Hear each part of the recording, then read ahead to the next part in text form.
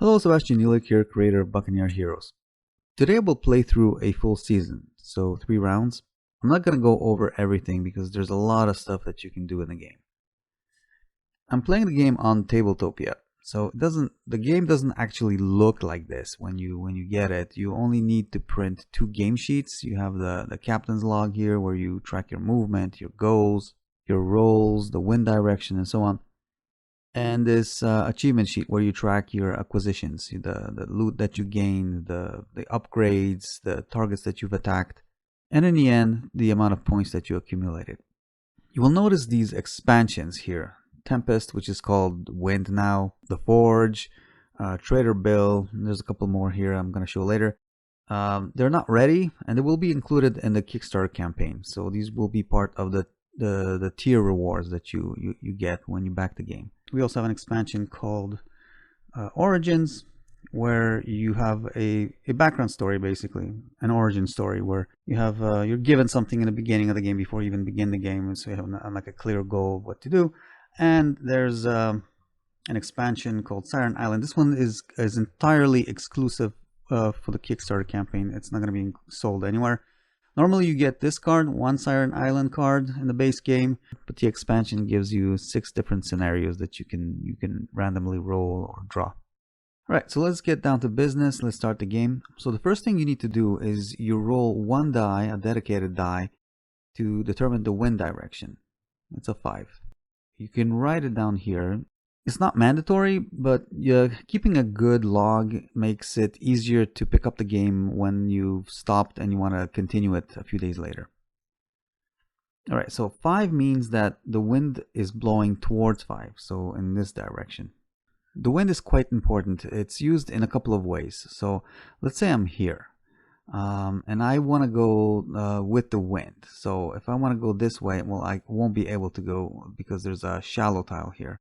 I would have to go around it. But if, let's say I have 3 moves, I would go like this. 1, and then with the wind, 2, and 3. So it makes you skip a tile.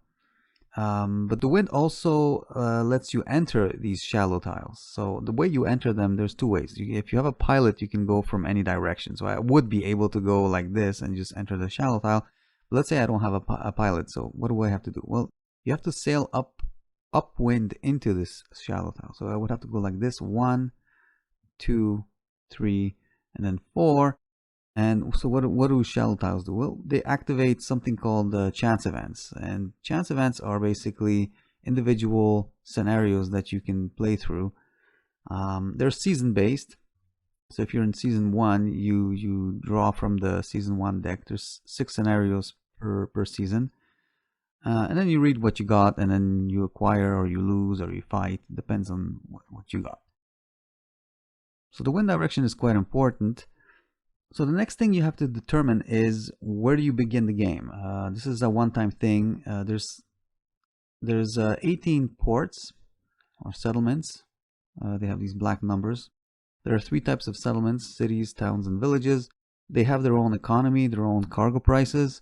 And when you attack them, they roll their own specific amount of dice that you have to defeat. You can roll 1, 2, or 3 dice. It's up to you. Alright, I'm gonna roll 1 die. It's gonna give me a pretty obvious place where I'm gonna begin. I rolled a 2, so I'm gonna start here. Alright. So now you roll your first 3 dice for the first season. I rolled a 3, 2, and a 4. Alright, 3 moves, and then I have a 2 and a 4. Now 3 is the amount of moves. All players will have to use 3 moves in this round. And then the 2 and the 4 are interchangeable. You can use the 2 for either the amount of loot that you can get or the faction you can attack. It's interchangeable. So let's see what I have here. 1. Oh, with 1 move here. 1, 1, 2. Alright, so I have a few options here. I'm going to attack this this merchant here. So with 1 move, I go here, I cross it off. You check the achievement sheet. If there's no cannon watermark, that means that this particular target doesn't fight back. I know for a fact that merchants and couriers don't fight back since I've played this game before. Settlements fight back, pirates fight back, and treasure ships fight back. So you have to roll their dice, and they show how many dice they roll here. And then you roll the cannon dice that you have unlocked. Every player starts with one cannon die. You can unlock more cannon dice depending on how many things that you have acquired. You have to get a pirate and some cannons in a column like that, and that unlocks an additional cannon die. And pirates are acquired in pirate dens. There's 6 pirate dens. You have these icons here. If you have a relic, a master coin, you can unlock pirate dens everywhere. Okay, I just attacked a merchant, and now I have the 2 and a 4 to use. So I can either check the 2 and grab 4 loot, which is cargo here. I would outline 4 loot units, or I can check the 4 and outline 2 loot units. So logically, in the beginning of the game, it's kind of obvious what you have to do. I'm gonna attack the 2 and grab 4 cargo. That's a lot faster when you're playing with a pen or a pencil. Okay, you can write it down here. You can track it for cargo. Okay, next round. 6 to 1. So a lot of moves, but these numbers, these other 2 numbers are very low, not very good. So I'm gonna take this opportunity to sail here and attack this pirate. So 1, 2, 3. And I don't immediately cross off that target because it is a hard target, and it's a pirate. They fight back. They have a cannon watermark here. And since this is season 1, they roll 1 die. I already have by default 1 cannon die unlocked here. I already have a pirate and some cannons. There's different difficulty modes. If you play medium difficulty, then all the opponents roll more dice. And if you play hard mode, then you start with nothing. You have no cannon dice and no endurance. But anyway, I'm attacking this pirate. They roll 1 die. I will roll 1 die. You can always cooperate in Buccaneer Heroes, even when you're playing solo. And that's what I'm going to do. I'm going to cooperate with an NPC. So what happens is I give myself an extra die. But if I win, I have to split the loot by the amount of players, including NPCs, that participated in the attack, which means I will have to split the loot in half. But it gives me a better chance to win, so I'm gonna roll 2 dice. I rolled a 2 and a 5.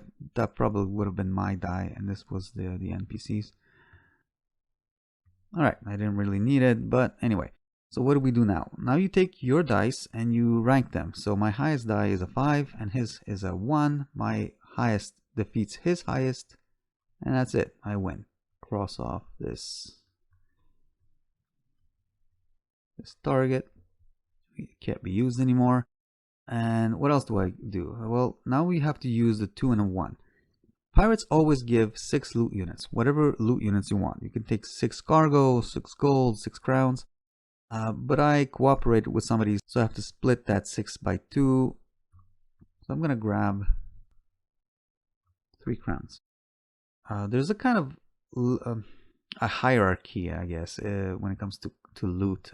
Cargo is the least important. Least and not least. I mean, there's nuances to what all this loot does.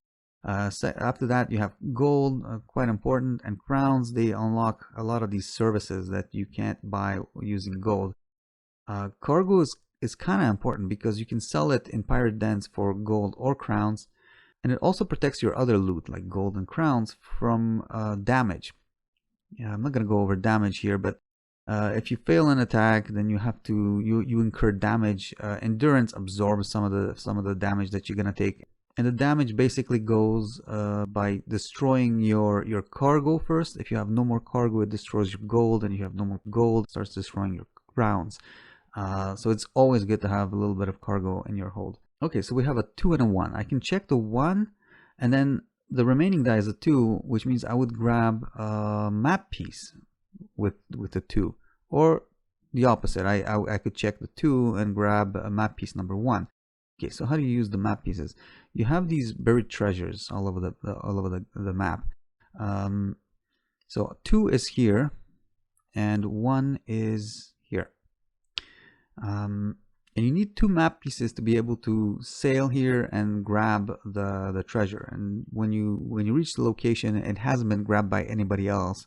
These are unique. So if somebody else claims the treasure, and that's it. It's off limits for everybody. But if you're the first player to get there, you get a reputation. You can get any reputation, good or bad. And 6 gold and 6 crowns and a relic piece of your choice.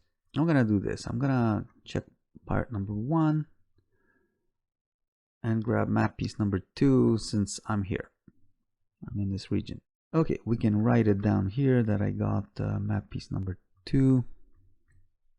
And now we roll for round number 3. 4, 4, 2. I'm gonna explore this shallow tile. Let's see what it has to offer. So I've committed. I have to cross it off. So let's see what I got. And you find some barrels with cargo. Gain 3 cargo. Right. So you give yourself, you outline 3 cargo. And that's it for season 1. Now we see what we got for the global event. Now global events are resolved by all players at the same time. So it's the same global event for everybody. And we got a longboat. A large lifeboat appears in your path. Choose your next move. Option 1, rob the survivors. Option 2, help the survivors reach their destination. I'm going to choose option 2 and roll 1 die to determine the mission. I'll roll the 3. There you go. Mission here. And when you reach that settlement, I'm going to get a mission achievement. And I can choose any one of these 3 rewards. You can always choose these 3 rewards. It's not like once you've used 6 cargo, you can't use it in the next mission and so on. It's always up for grabs. Okay, so what was the other thing? Gain 1 good reputation. If you have 2 of the same reputation in a column like that, you get an achievement, which counts as a point at the end of the game. And it unlocks a reroll ability. So good reputation lets you reroll the round dice, and 2 bad reputation in a column lets you reroll attacks. And that's it. We roll 1 die to determine the wind direction. I roll the 3. I write it down, and we continue from this spot.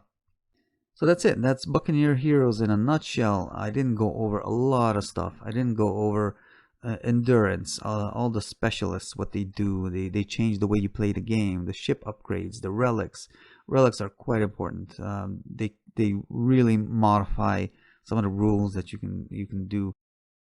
You get bonus points at the end of the game when you have a full set. So if you have all endurance, or all the specialists, or you've attacked merchants of all the nations, or you've attacked the same nations, merchants, couriers, and settlements, you get an additional 3 points. There's a Siren Island, which I mentioned in the beginning. If you find all 3 allies, you unlock the bonus level, and you can just get like a bonanza of stuff. The game comes with an advanced rulebook, so cannon combat can be used in a different way. There's something called charge combat, where you absorb damage, and then you force a melee. There you have melee. And melee basically is different from cannon combat. You roll from a different dice pool, and you use your reputation points to create melee points. It's best used by advanced players. And at the end of the game, you have something called Final Stand, where you fight monsters, this calamity that threatens the world, and everybody bands together and defeats it. And at the end of the game, you accumulate basically your single points, your sets, your allies. So I hope you will like the game, and I hope you will back us on Kickstarter. We have a campaign to remove all the AI art using human artists. We really want to make the event cards look nice. There's a lot of art, a lot of stuff that needs to be revamped. It needs a facelift. But the game is fully playable. The game sheets were all the game sheets and the game mechanics are finalized. I'm sure you will enjoy the game, and if you like it, then give us a like, spread the word, and see you playing.